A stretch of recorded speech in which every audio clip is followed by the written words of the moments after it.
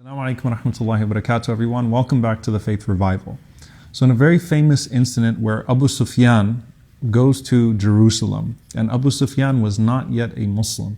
And when he arrived in Jerusalem shortly after the Treaty of Hudaybiyah, where the Prophet ﷺ came to a 10-year truce with the people of Mecca, Abu Sufyan continued on the traditional route of the Meccans to Asham, to Greater Syria, which included Palestine and Jerusalem at the time, where they would do their trading, and they were held up by Heraclius, who had just received the letter of the Prophet ﷺ inviting him to Islam.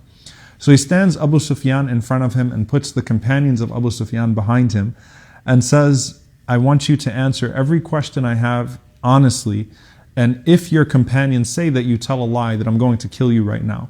So you have to answer me honestly. So basically he's going to force him to say what's true about the Prophet ﷺ, even though Abu Sufyan at that time was not yet a believer. So one of the questions, or rather two of the questions that he asks Abu Sufyan, one of them is, I asked you about the followers of Muhammad ﷺ. هل يزيدون أم ينقصون? Are they growing in number?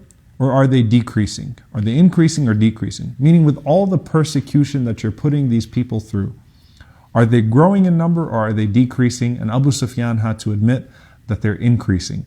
The second thing he asked him, he said, when these people enter into Islam, does anyone leave the faith after they enter into it, sakhtatan an dini, out of displeasure with the faith? And Abu Sufyan said no. That people, when they become Muslim, and faith enters into their heart, they don't leave the faith out of displeasure with the faith. And Heraclius responded, he said, that is the reality of Iman, of true faith. Once it enters into the heart of a person, there is no way that someone would abandon that out of being displeased with it. Now there are a few very important things to point out from this hadith. Number one, Heraclius understands that Islam comes with persecution at the time. It also comes with new restrictions. So this faith came to the people of Mecca with persecution. They would be tortured for it. And things that were previously open to them and halal for them are now prohibited for them. And they're still not leaving the faith out of displeasure with the faith. Were there people that were leaving the faith? Yes. وَمِنَ النَّاسِ مَنْ يَعْبُدُ اللَّهَ عَلَى حَرْفٍ. Allah subhanahu wa ta'ala says there are people that believe in Allah or that worship Allah on an edge, on a cliff. If good things happen to them, then they stay within. If bad things, they literally jump off the cliff with their iman.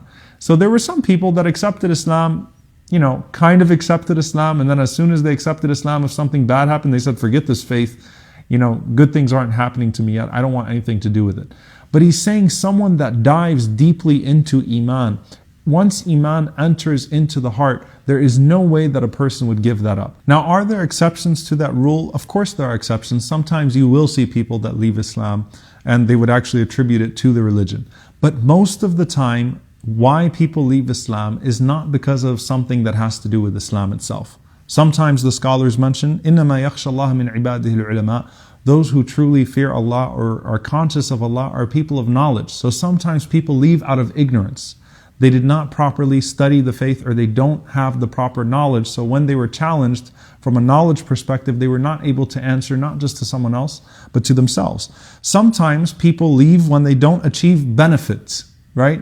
People equate faith with prosperity in this world. So if I became Muslim, or if I started to embrace faith and bad things started happening to me, then I'm one of those people that worships Allah on an edge.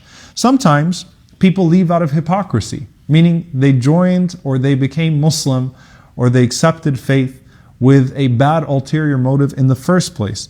And so when these people that Allah subhanahu wa ta'ala mentions that are insincere, when they're with the believers, they say, we are with you. And when they are plotting against the Muslims, they say, we are with you, to the people that are plotting against Islam.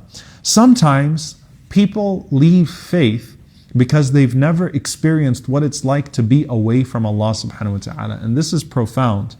Umar ibn al-Khattab radiallahu ta'ala anhu said that Islam will not be lost by people that revert to Islam, by the reverts. He said, Islam will be lost إِذْ نَشَأَ فِي الْإِسْلَامِ مَنْ لَا يَعْرِفُ الْجَاهِلِيَّةِ. When people are born into Islam and they have never experienced ignorance or being away from Allah subhanahu wa ta'ala. So people that have never experienced distance from Allah subhanahu wa ta'ala before coming into faith, they'll take it for granted and they won't taste the sweetness. It'll become routine and something that's part of their upbringing, but they will ditch it because they do not know what it's like to be away from Allah subhanahu wa ta'ala. And that's why we see so many times that people that came from a dark past love Islam and love faith so much more because they had to strive for it and struggle for it. And when faith settles in your heart with all of that journey, you've already beat the temptation of wealth. You've already beat the temptation of fame. You've already you've actually sacrificed relationships, not because you ditched people when you became Muslim, but because people abandoned you when you became Muslim. You've already achieved all of those things that lead to the sweetness of Iman in order to get to Iman. So Umar radiallahu anhu is saying the problem will be in Islam when people are brought up in it and they don't appreciate the benefit of it. So faith never really enters into their hearts. Rather, they're born with all of these restrictions in their families and their culture, and that's when they start to see, and that's when they start to have an insecurity in the faith, and they start to look in other places for happiness. May Allah subhanahu wa ta'ala allow us to be pleased with Iman and understand that when people leave faith, usually it's not about the faith, it's about something else. May Allah subhanahu wa ta'ala never allow something outside of the faith to take us away from the faith. Allahumma ameen. Jazakumullahu khairan. Inshallah ta'ala. I'll see you next time. Assalamu alaikum wa rahmatullahi wa barakatuh.